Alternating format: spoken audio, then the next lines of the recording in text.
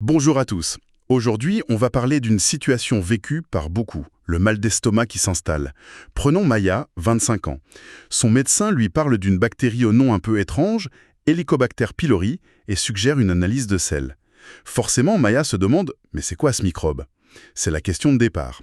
Alors on va plonger ensemble dans le monde de cette bactérie, Helicobacter pylori, ou H. pylori pour faire court. On va suivre les questions de Maya et aussi celles de son oncle, Émile, 52 ans, qui a eu une autre expérience avec elle. Notre but, comprendre simplement ce que c'est, pourquoi on la cherche, surtout ici en Belgique, comment on la trouve et bien sûr comment on s'en débarrasse. Le tout basé sur des infos médicales et l'expérience vécue. En gros, on va essayer de démystifier H. pylori pour que tout le monde comprenne mieux ce que le médecin propose et pourquoi c'est important. Prêt ? Allons-y. Alors, pour commencer, cette fameuse H. pylori que Maya découvre, qu'est-ce qu'elle a de si particulier? Eh bien, c'est une bactérie assez unique, vraiment. Déjà, sa forme en spirale, ça lui permet de s'ancrer, de se visser en quelque sorte, dans la paroi de l'estomac humain. C'est son seul habitat connu d'ailleurs, et une fois qu'elle est là, elle provoque toujours systématiquement une inflammation chronique, une gastrite.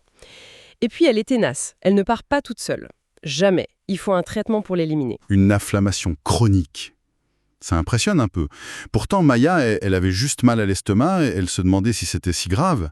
Et si elle ne part pas toute seule, ça veut dire que beaucoup de gens vivent avec sans même le savoir. Des millions de personnes. C'est exactement ça, cette gastrite, elle est très souvent silencieuse, pendant des années, parfois toute une vie. Et oui, H. pylori est extrêmement répandu. À l'échelle mondiale, on estime que près de la moitié de la population est infectée. C'est énorme. Si on regarde ici en Belgique, en Europe de l'Ouest, c'est moins, mais ça reste important. Environ 20 à 30% des adultes. Ça augmente avec l'âge, moins de 20% avant 30 ans, mais ça peut grimper à plus de 50% après 50-60 ans. On voit aussi des taux plus élevés chez les personnes venant de régions où l'hygiène était peut-être moins optimale pendant leur enfance. Donc trouver ça chez Maya à 25 ans, ce n'est pas si surprenant finalement. Justement, la question de Maya, c'était « Où est-ce que j'ai bien pu attraper ça ?» Elle fait attention à ce qu'elle mange, ça la tracassait. Et puis, il y a le côté social, la peur de contaminer ses amis à une fête. Émile aussi, avec ses jeunes enfants, il s'inquiétait pas mal. Alors, comment ça se passe, cette transmission? Oui, c'est une source d'inquiétude fréquente, mais souvent pas justifiée à l'âge adulte. Le point clé, vraiment, c'est que l'infection s'acquiert presque toujours dans la petite enfance. Avant 5 ans, 10 ans maximum. C'est souvent dans la famille, les contacts très proches, la transmission se fait de personne à personne, surtout par voie orale-orale. Pensez aux régurgitations, parfois aux vomissements d'un porteur. La proximité, l'hygiène de l'époque jouent un rôle. La transmission par l'eau ou les aliments, c'est vraiment exceptionnel chez nous. Donc pour rassurer Maya, non, ce n'est très probablement pas un aliment récent qui est en cause. Et le risque de contaminer ses amis maintenant, à son âge, avec une hygiène normale, se laver les mains, il est vraiment très très faible. La fenêtre critique, c'est l'enfance. Ah, voilà qui est plutôt rassurant pour elle. Mais alors, quid des enfants d'Émile, entre 2 et 10 ans? Puisque leur père est positif, est-ce qu'il faut les tester d'office? Alors là, les recommandations sont assez claires. Non, pas de dépistage systématique des enfants ou des proches qui n'ont pas de symptômes. On ne va chercher H. pylori chez un enfant que s'il a des troubles digestifs bien précis, persistants, qui pourraient faire penser à ça. L'autre cas, c'est si la personne infectée, comme Émile, a des lésions dites précancéreuses découvertes lors de sa gastroscopie. Là, on peut discuter d'un dépistage familial. Mais sinon, non. On ne teste pas toute la famille juste parce qu'un membre est positif. D'accord. Mais alors, si c'est si fréquent, souvent sans symptômes, et qu'on ne teste pas les proches, pourquoi on s'embête à la chercher? Maya avait juste un peu mal au ventre. Le cas d'Émile, lui, était peut-être un peu différent. Avec la perte de poids, ça a plus alerté son médecin, j'imagine. C'est la grande question, en effet. Pourquoi chercher une infection si silencieuse? Eh bien parce que même sans faire de bruit, cette inflammation chronique, elle travaille. H. pylori, c'est la cause principale des ulcères de l'estomac, environ 70% des cas, et surtout des ulcères du duodénum, la première partie de l'intestin. Là, c'est plus de 90% des cas. Mais le vrai enjeu à long terme, même si c'est plus rare heureusement, c'est le risque de cancer de l'estomac. L'inflammation chronique peut, sur des décennies, transformer lentement la paroi de l'estomac. On passe par des stades, atrophie, puis métaplasie intestinale, parfois dysplasie, c'est un état précancéreux. On estime qu'environ 1% des personnes infectées finiront par développer un cancer gastrique. 1%, ça peut sembler peu, Mais vu le nombre de personnes infectées, ce n'est pas pour rien que l'OMS l'a classé cancérigène certain pour l'homme dès 1994. C'est la première cause de cancer d'origine infectieuse. Donc, chercher et traiter H. pylori, ça permet de guérir les ulcères durablement, d'éviter les récidives, les complications comme les hémorragies, et surtout, ça bloque cette évolution vers des lésions potentiellement graves et ça réduit très nettement le risque de cancer. D'autant plus si on traite tôt, avant que des lésions avancées ne s'installent. On la cherche aussi systématiquement chez ceux qui ont un parent proche, père, mère, frère, sœur, ayant eu un cancer de l'estomac, ou pour expliquer certaines anémies par manque de fer ou de vitamine B12, ou encore avant de commencer certains traitements longs comme les anti-inflammatoires ou les IPP. Je vois. Le risque à long terme justifie la démarche. Mais revenons au test. Maya était un peu perdue. Elle voit prise de sang sur Internet, son médecin propose l'analyse de sel, son oncle Émile a la gastroscopie, le gold standard dit son médecin, et cette gastroscopie, ça lui faisait vraiment peur. Elle imaginait ça sans anesthésie, avec des prélèvements douloureux. Pouvez-vous nous éclairer sur ces différentes options? Oui, bien sûr, il y a plusieurs outils et le bon choix dépend vraiment de la situation, des symptômes, de l'âge, de ce qu'on cherche. Commençons par la gastroscopie, qu'on appelle aussi fibroscopie. C'est l'examen de référence si on suspecte des lésions, comme chez Émile avec sa perte de poids, ou chez les personnes, disons, de plus de 45-50 ans avec des symptômes récents. C'est un petit tube souple avec une caméra qu'on introduit par la bouche pour voir l'œsophage, l'estomac, le duodénum. Et pour rassurer Maya, non, ce n'est généralement pas fait à vif. Le plus souvent, c'est sous sédation légère, une anesthésie générale très courte et très légère, ou parfois juste avec un spray anesthésiant dans la gorge. C'est fait pour être confortable. Pendant l'examen, on fait des biopsies. Ce sont de tout petits prélèvements de la muqueuse avec une mini pince. C'est totalement indolore. Et ces biopsies, elles sont super importantes. Premièrement, on voit directement l'état de l'estomac. Y a-t-il un ulcère, une inflammation, des signes d'atrophie, c'est-à-dire une paroi amincie? Deuxièmement, l'analyse au labo de ces biopsies, l'histologie, confirme si H. pylori est là et surtout, elle évalue le type et le degré d'inflammation et s'il y a déjà des lésions précancéreuses comme l'atrophie ou la métaplasie, ça permet d'évaluer le risque de chacun. Et troisièmement, et ça c'est crucial aujourd'hui avec les résistances aux antibiotiques, on peut mettre un bout de biopsie en culture pour faire pousser la bactérie et tester à quels antibiotiques elle est sensible. C'est l'antibiogramme. Ça aide énormément à choisir le bon traitement. Ensuite, il y a le test antigénique dans les selles. C'est ce que Maya a fait. C'est une très bonne option non invasive, surtout chez les jeunes sans signe d'alerte. On cherche des petits bouts de la bactérie, des antigènes, dans un échantillon de sel. Si c'est positif, ça veut dire que l'infection est active, c'est fiable. Une autre très bonne option non invasive, c'est le test respiratoire à l'urée marqué au carbone 13. Lui aussi détecte une infection active. Le principe est malin. On boit un liquide avec de l'urée spéciale, marquée. Si H. pylori est là, elle a une enzyme, l'uréase, qui va casser cette urée. Ça libère du gaz carbonique marqué, qui passe dans le sang et qu'on retrouve dans l'air qu'on expire. On mesure ce gaz, c'est très précis. On l'utilise d'ailleurs souvent pour vérifier si le traitement a marché. Et puis, il y a la fameuse prise de sang, la sérologie IgG, celle que Maya avait vue. Alors là, attention, ce test, il cherche les anticorps, la mémoire que le corps a gardée d'un contact avec H. pylori. Si c'est négatif, ok, quasi sûr qu'il n'y a jamais eu d'infection. Mais si c'est positif, ça dit juste contact passé. Ça ne dit pas si l'infection est encore là, active, ou si elle est ancienne et guérie. Donc pour Maya qui a des symptômes, maintenant, ce n'est pas le bon test pour savoir si une infection active est la cause. Et ça ne sert à rien non plus pour vérifier si le traitement a réussi, car les anticorps restent là longtemps après. Ah, et un point technique, mais super important pour la fiabilité du test de sel, du test respiratoire et des biopsies, il faut absolument arrêter les médicaments antiacides puissants, les IPP, oméprazole, pantoprazole, etc., au moins 2 semaines avant le test. Et il faut aussi avoir arrêté tout antibiotique depuis au moins 4 semaines.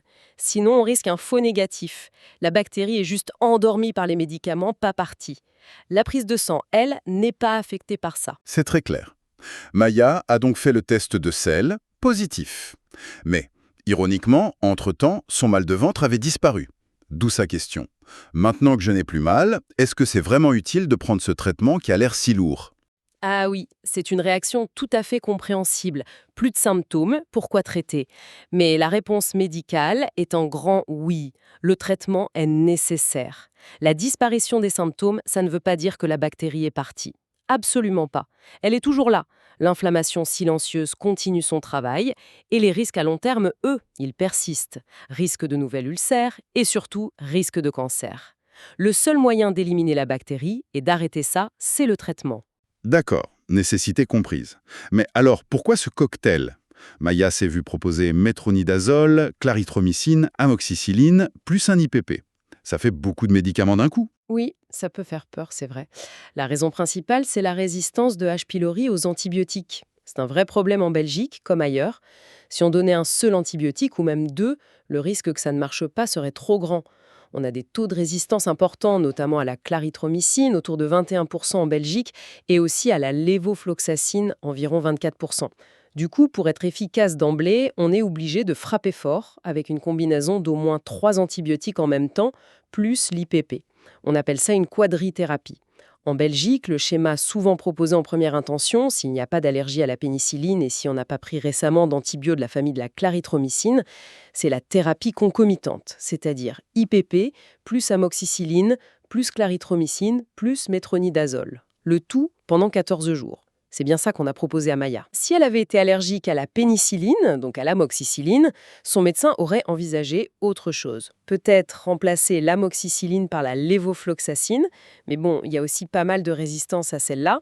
L'autre option importante, surtout en cas d'allergie ou d'échec d'un premier traitement, c'est la quadrithérapie bismutée.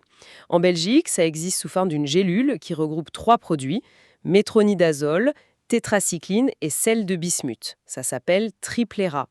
On prend 3 gélules de Triplera 4 fois par jour pendant 10 jours et toujours avec un IPP, bien sûr, pris 2 fois par jour. En Belgique, Triplera est souvent vu comme une deuxième ligne, notamment parce qu'il n'est pas remboursé en première intention. Et l'IPP, l'antiacide, il est essentiel dans tous les cas. Il faut le prendre à double dose, matin et soir. L'ésoméprazole ou le rabéprazole sont souvent préférés parce qu'ils agissent de façon plus prévisible chez tout le monde. En diminuant fortement l'acidité, l'IPP aide les antibiotiques à mieux tuer la bactérie. Mais la clé de voûte, vraiment, c'est de bien suivre le traitement, prendre tous les médicaments sans en oublier pendant les 10 ou 14 jours. C'est contraignant, mais c'est la condition pour que ça marche. On imagine bien, oui. Et prendre autant de médicaments, ça peut aussi avoir des effets secondaires, j'imagine. C'est souvent ça qui fait peur et qui peut faire arrêter le traitement. Quels sont les plus courants? Oui, il faut en parler. Des effets secondaires, il y en a, c'est fréquent, mais la plupart du temps, c'est gérable. Le plus souvent, ce sont des troubles digestifs, nausées, parfois diarrhée, un peu mal au ventre, moins d'appétit. Beaucoup de gens décrivent un goût métallique dans la bouche. C'est lié au métronidazole qu'on trouve dans les 2 schémas principaux. Chose très importante, 0 alcool pendant tout le traitement. Surtout avec le métronidazole ou le Triplera. Ça peut déclencher une réaction très désagréable, l'effet antabuse, rougeur, bouffée de chaleur, vomissement, vraiment à éviter. Certains antibiotiques, comme la lévofloxacine ou la tétracycline, dans Triplera, peuvent aussi rendre la peau plus sensible au soleil, donc prudence avec le soleil pendant le traitement. Si ça devient vraiment trop gênant, il faut appeler son médecin ou son pharmacien. Il y a parfois des astuces, mais surtout, il ne faut pas arrêter le traitement tout seul. Bien compris. Alors, Maya et Émile, très sérieux, ont suivi leur traitement à la lettre. Ouf. Mais voilà que leur médecin leur dit qu'il faut faire un test de contrôle quelques semaines après. Et là, réaction logique. Sérieusement, après 3 antibiotiques pendant 2 semaines, c'est sûr qu'elle est partie. Pourquoi refaire un test? Ah oui, c'est exactement ça, la réaction Youth. On se dit, après ce déluge, c'est bon. Et pourtant, ce n'est pas toujours le cas. Même avec les meilleurs traitements, bien suivis, on a un taux d'échec qui n'est pas négligeable, entre 10 et 20%. C'est quand même une personne sur 5 ou sur 10 chez qui ça ne marche pas du premier coup. Pourquoi ? Soit la bactérie était déjà résistante à un des antibiotiques sans qu'on le sache, soit, malgré les efforts, l'observance n'a pas été parfaite. C'est pour ça que ce test de contrôle, ce n'est pas juste pour la forme, c'est absolument indispensable pour être sûr et certain que la bactérie a disparu. On ne peut pas se fier juste aux symptômes. D'accord. Le contrôle est donc non négociable. Et pour le faire, le médecin a proposé à Maya et Émile soit le test respiratoire, soit une nouvelle analyse de sel. Comment choisir entre les deux? Effectivement, ce sont les deux bonnes méthodes pour vérifier après traitement. Le test respiratoire alluré est très fiable, très utilisé pour ça. L'analyse de sel qui cherche l'antigène est une bonne alternative aussi. Le choix peut dépendre de ce que le labo fait habituellement, de ce qui est le plus simple pour la personne. Les deux sont valables. Le plus important, ce n'est pas tant lequel choisir, mais quand le faire. Il faut attendre au moins 4 semaines après le dernier comprimé d'antibiotiques et aussi au moins 2 semaines après avoir arrêté complètement les IPP. Ces délais sont cruciaux. Si on fait le test trop tôt, on risque un faux négatif alors que la bactérie est toujours là. Et je le répète, la prise de sang ne sert à rien pour ce contrôle. Et si jamais on ne le souhaite pas, ce test de contrôle revient positif. Ça veut dire que le premier traitement a échoué, on fait quoi? C'est décevant, c'est sûr, mais ce n'est pas la fin du monde. Il y a des solutions. On passe à ce qu'on appelle une deuxième ligne de traitement. On utilise alors une combinaison d'antibiotiques différente de la première. L'idéal, c'est d'avoir un antibiogramme pour guider ce choix. Si on n'a pas fait de gastroscopie avec culture au début, c'est souvent le moment d'en discuter pour essayer d'avoir cet antibiogramme et choisir le traitement de secours le plus adapté. Si on a déjà l'antibiogramme, on l'utilise.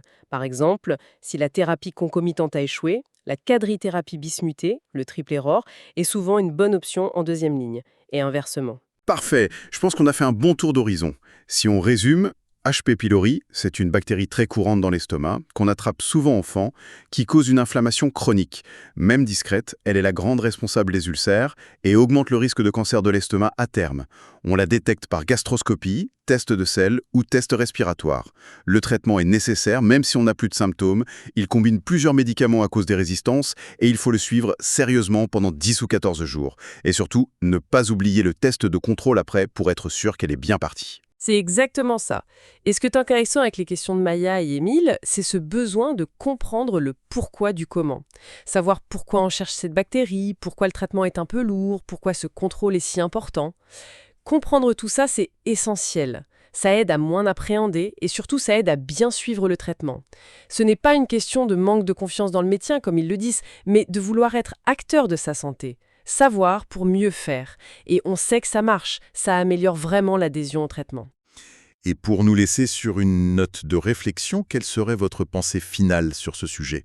Puisqu'on sait que H. pylori s'attrape si tôt dans la vie, qu'elle reste là des décennies, et qu'elle est la première cause de cancer d'origine infectieuse, est-ce qu'on ne devrait pas réfléchir un peu plus à des stratégies pour agir plus tôt? Peut-être un dépistage ciblé ou une prévention, chez les enfants dans les familles ou les communautés où on sait que le risque est plus élevé. Pourrait-on intervenir avant que les dégâts ne s'installent et que les complications apparaissent à l'âge adulte? C'est une question complexe, bien sûr, avec beaucoup d'implications, mais c'est une piste qui mériterait peut-être plus d'attention pour l'avenir de la prévention du cancer de l'estomac. Une question ouverte.